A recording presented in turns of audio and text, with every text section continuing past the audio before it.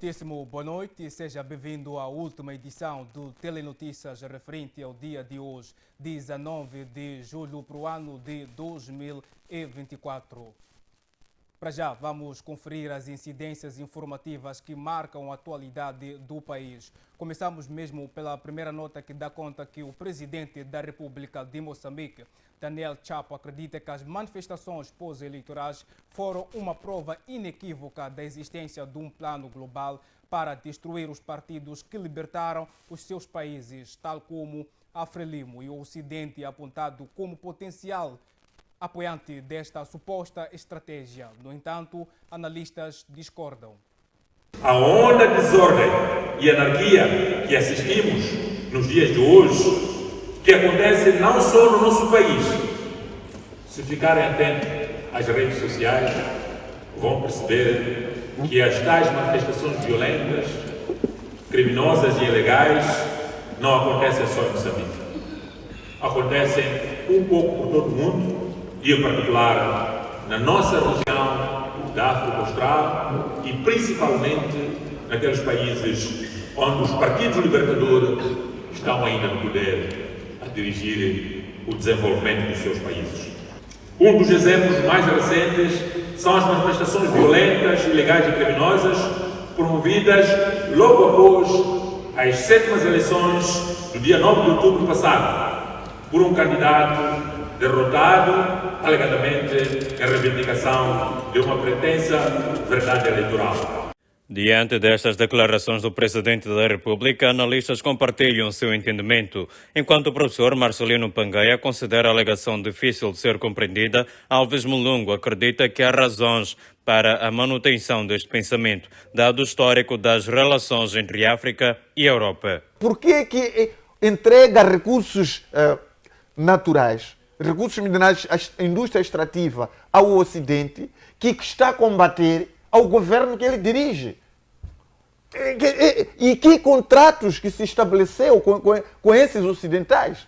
São contratos pícios, contratos que praticamente não trazem valor acrescentado para o país. Estamos a ver aqui que, afinal de contas, maiores dividendos que esse país está a ter é com a nossa própria HCB.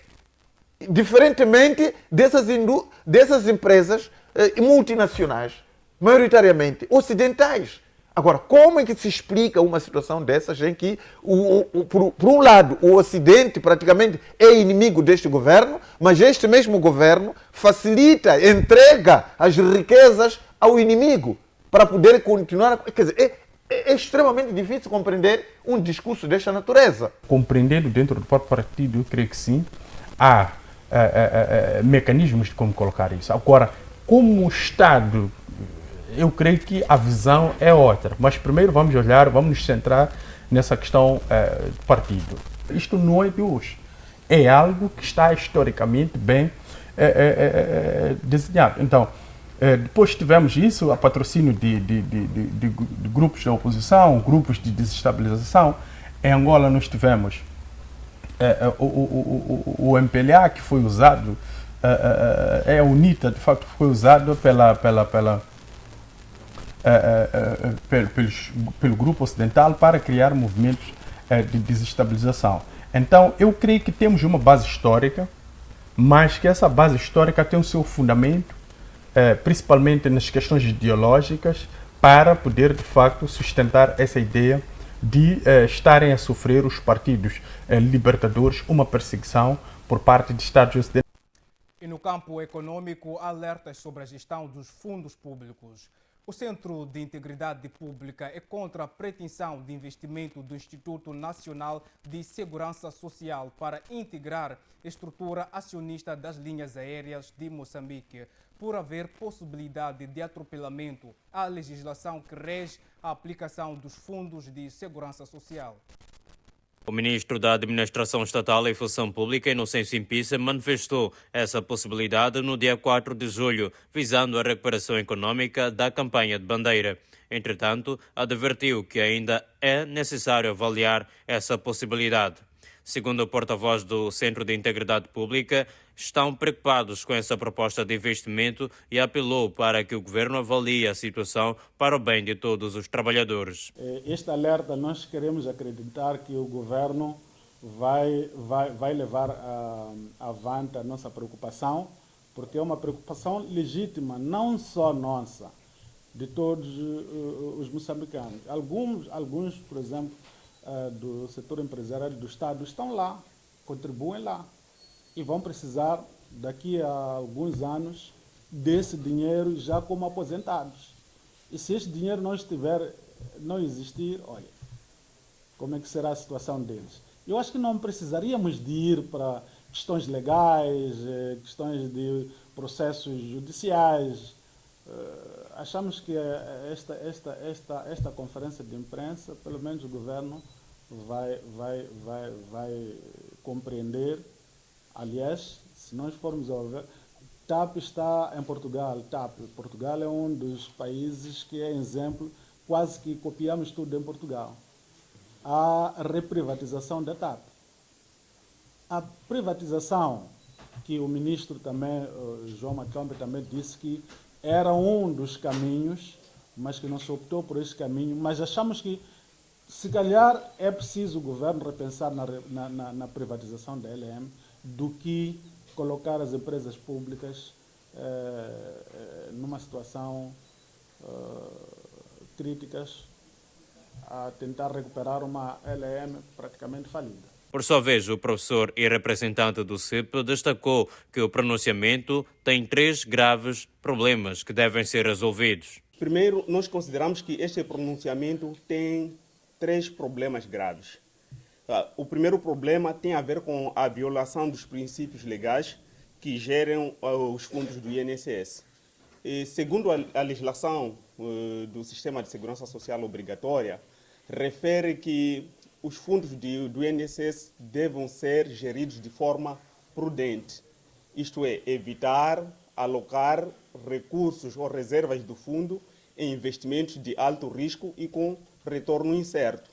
A LAM, neste momento, representa exatamente isso, um investimento com alto risco e com retorno incerto. Então, se o governo está a forçar o INSS a investir na LAM, estará a violar este dispositivo.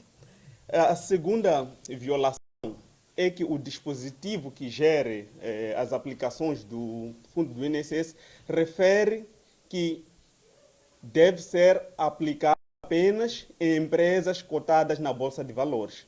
Acontece que as linhas aéreas de Moçambique não encontram-se até então cotadas na Bolsa de Valores. Então, estaria novamente a violar esse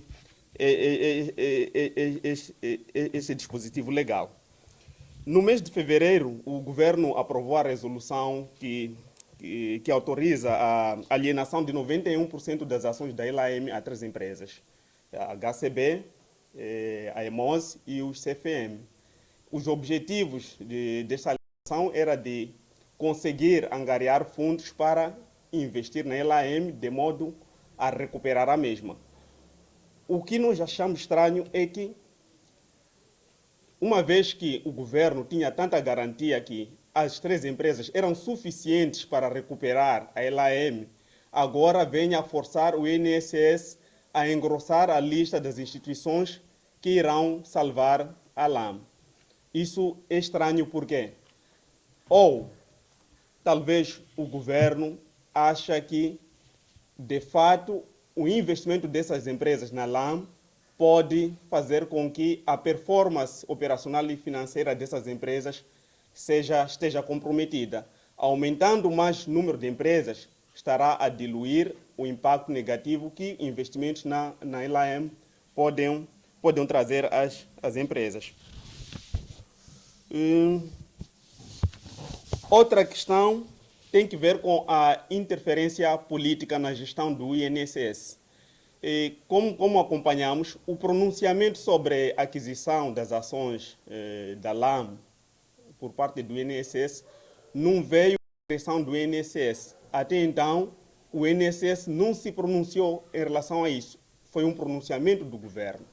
Isto revela de que existe uma interferência política na gestão do fundo do INSS, porque cabe ao INSS, ao Conselho Diretivo do INSS, decidir onde é melhor alocar seus fundos. E, ao aparecer o governo a fazer esse tipo de pronunciamento, estará diretamente a forçar a direção do INSS a optar por esses investimentos. Foi o que aconteceu com as 3 empresas anteriores, HCB, EMOS e o CFM. Em nenhum momento nós acompanhamos a EMOS e o CFM a reagir que era sua iniciativa comprar as ações da LAM. Pelo contrário, foi o governo. Então, é uma ação do governo sobre as empresas, obrigando estas a drenar recursos para a LAM. Em matéria de segurança, mais um caso chocante foi registrado no centro do país. Uma mulher de aparentemente 30 anos de idade foi amarrada, assassinada e atirada numa lagoa no bairro Matundu, na cidade de Tete. Segundo moradores, este é o segundo caso a se registrar naquele bairro. O caso deu-se na unidade de Cabade, no bairro Matundu, na cidade de Tete. A mulher de aparentemente 30 anos de idade foi morta longe do bairro, amarrada e embrulhada num saco e jogada numa lagoa, num terreno baldio pertencente a um empresário chinês que se dedica à produção de blocos de cerâmica. E o corpo, já em avançado estado de decomposição, foi descoberto por um morador. E daí eu queria descer lá, então vi um saco amarrado. Os moradores da unidade de Cabade, no bairro Matundu, dizem estar atormentados com o nível crescente de criminalidade naquela zona residencial perpetrada por desconhecidos. Queríamos sairmos, ouvimos confirmar, o chefe disse que não, vamos esperar a polícia para sermos juntos, vimos confirmar se é verdade ou não. Mas de verdade chegamos aqui e vimos que na verdade é isso que a pessoa veio nos informar. Uma pessoa mesmo amarrado mesmo, com saco, tá vendo, com cordas, né? Tá vendo? É uma situação que é doloroso, né? Para todos. Não se sabe se é quem é para nós, não sabemos. Ficamos um pouco interrogados. Cada vez mais acontecendo no local, 2 vezes, 3 vezes, ficamos admirados. Mas aqui no bairro não temos numa de dizer que, olha, semana passada ou antes de ontem aconteceu algo assim, nada, estamos em silêncio. Então, quando nós estamos a vir assim, é uma coisa muito triste para nós. Os moradores pedem mais presença policial. Pedimos pelo menos a autoridade ou o governo ver como que é essa nossa localidade ou nossa local onde nós estamos aqui, ou o lugar onde está a acontecer, para pelo menos ver qual é o mecanismo de como alcançar isto. Esta é a segunda vez que se encontra um corpo nesta lagoa. Só este ano, o CERNIC e o Serviço de Salvação Pública foi acionado para remover o corpo enquanto seguem as investigações. Enquanto isso, na capital do país, a mobilidade urbana foi novamente perturbada. Motoristas de transportes semicultivos que operam na rota Praça dos Combatentes Baixa, na cidade de Maputo, decidiram paralisar as suas atividades esta sexta-feira. O protesto, segundo os grevistas, surge em resposta à alegada má atuação da Polícia de Trânsito. A greve gerou transtorno para os passageiros, enquanto os analistas políticos comentam os impactos e motivações do movimento. Com a paralisação dos chapeiros, várias paragens da cidade de Maputo ficaram superlotadas. Muitos cidadãos foram obrigados a fazer longas caminhadas para regressar a casa. O analista político Alves Mulungu defende que, embora a lei deva ser cumprida, é necessário que o município e o Ministério do Interior encontrem um ponto de equilíbrio para dar resposta às preocupações dos transportadores. O município e o Ministério do Interior, neste caso na sua força de trânsito, devem encontrar um meio termo para resolver esta situação. O meio termo seria, de facto, balançar os objetivos de ambos, seja dos transportadores e também do próprio município, em particular.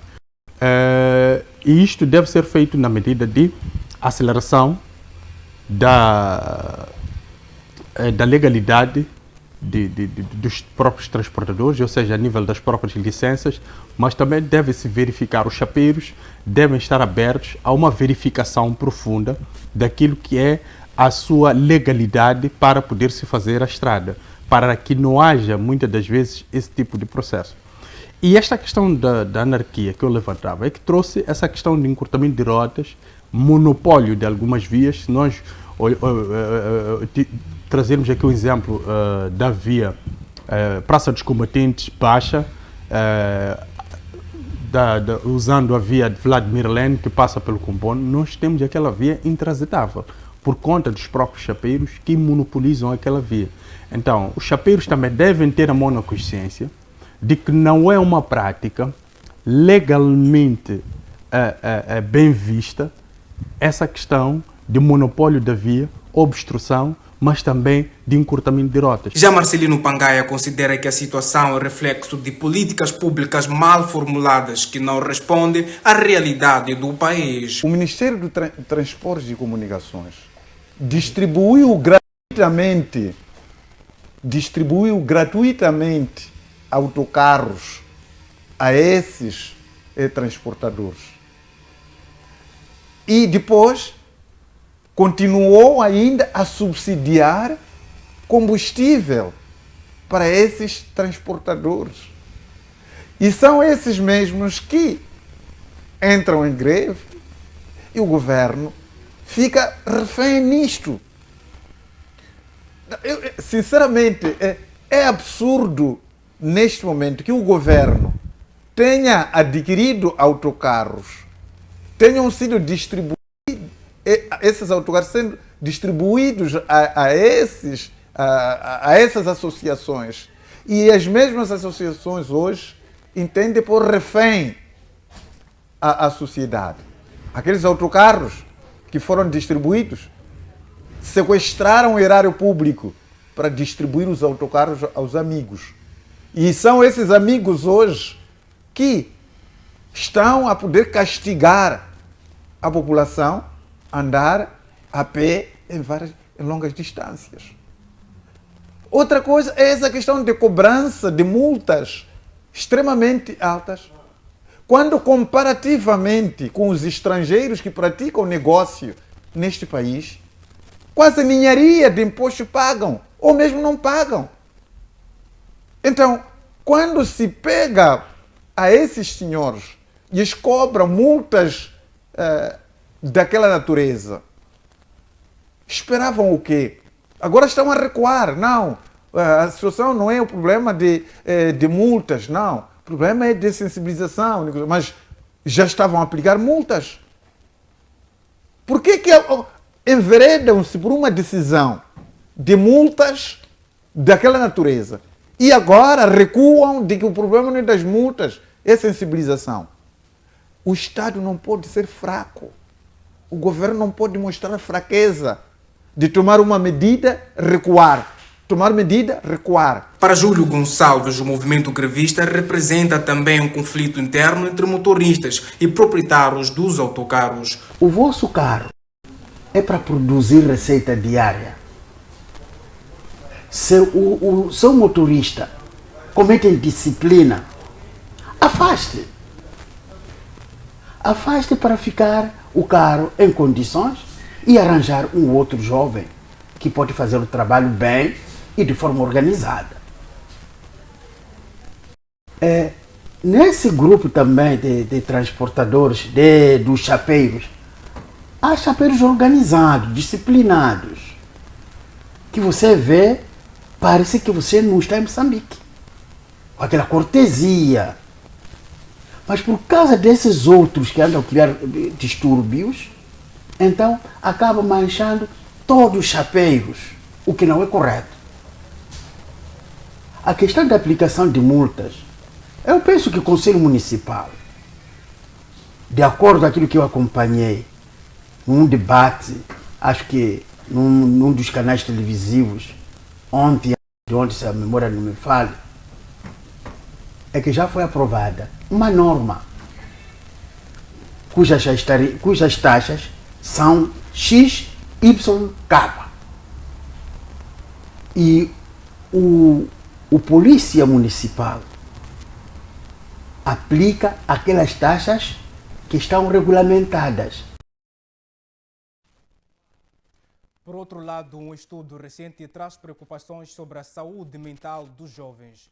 Estudos em 2024 revelam que adolescentes e jovens que passam mais de 3 horas por dia nas redes sociais têm 60% mais chances de desenvolver depressão e ansiedade. A exposição constante a realizações de outros e vidas perfeitas pode resultar em comparações negativas, baixa autoestima e sentimento de inadequação. Com o avanço tecnológico e a popularização de tais mídias, a forma como nos comunicamos, interagimos e consumimos informações foi modificada, apesar de oferecer diversas vantagens, como possibilidade de se conectar com pessoas de diferentes partes do mundo e obter informações rapidamente. O uso excessivo tem causado danos significativos à saúde mental e à produtividade entre a população, especialmente entre adolescentes e jovens no país e no mundo. Hermenegildo Mangate, ex-viciado que passava mais de 5 horas ao telemóvel, deixou ficar a sua experiência do período em que fazia uso excessivo das redes sociais, destacando os pontos negativos que trouxe para a sua vida. As redes sociais, houve um determinado tempo em que eu ficava muito nas redes sociais e o dia acabava não sendo produtivo, porque eu passava tanto tempo nas redes sociais e via e acabava me apercebendo que levei 4, 5 horas sentado apenas no sofá, na cama, dentro das redes sociais, que é o tempo que eu podia estar a fazer algo produtivo, tanto para mim como pessoa, assim como para a sociedade. E de fato, uma das coisas que me apercebi é que depois de ter levado aquelas 5 ou 6 horas nas redes sociais, aparecia um sentimento de culpa, parecia aquele sentimento de depressão, um certo incômodo, uma certa culpa, coisas desse gênero. Então, creio que o vício pelas redes sociais pode ser tão perigoso porque pode nos levar a um isolamento social, pode nos levar até a cairmos em perigos, porque ultimamente as redes sociais têm sido usadas de forma negativa, principalmente pela busca de likes, onde as pessoas até chegam ao ponto de defamar as outras pessoas no sentido de buscarem as redes, no sentido de buscarem esses likes, esses gostos. Então, o uso das redes sociais de fato deve ser feito de forma correta, de forma adequada, para não corrermos esse risco, não colocarmos em risco tanto a nossa saúde mental. Por fim, Mangate apelou aos pais encarregados de educação que ensinem desde pequenos aos seus filhos sobre os perigos do uso excessivo de redes sociais e várias outras coisas negativas que podem aprender, colocando limite no uso das mesmas. Os pais devem colocar algumas limitações. Por exemplo, na questão dando um exemplo do meu sobrinho, eu tenho falado seriamente com a minha irmã, que é um determinado período em que você deverá colocar limites no uso das redes sociais, evitar, por exemplo, que a criança use redes sociais durante longos períodos de noite, estipular geralmente um certo período do tempo em que a criança deve usar e instruir a criança sobre os perigos reais, porque geralmente uma das coisas que tem acontecido, os pais dão os telemóveis, mas não ensinam como é que as crianças devem usar essas redes sociais. E quando os pais não ensinam, claramente as crianças vão aprender lá fora, e o ensino de lá fora geralmente é um ensino desviante. Voltando-se para as comunidades rurais, a falta de transporte continua a ser um desafio.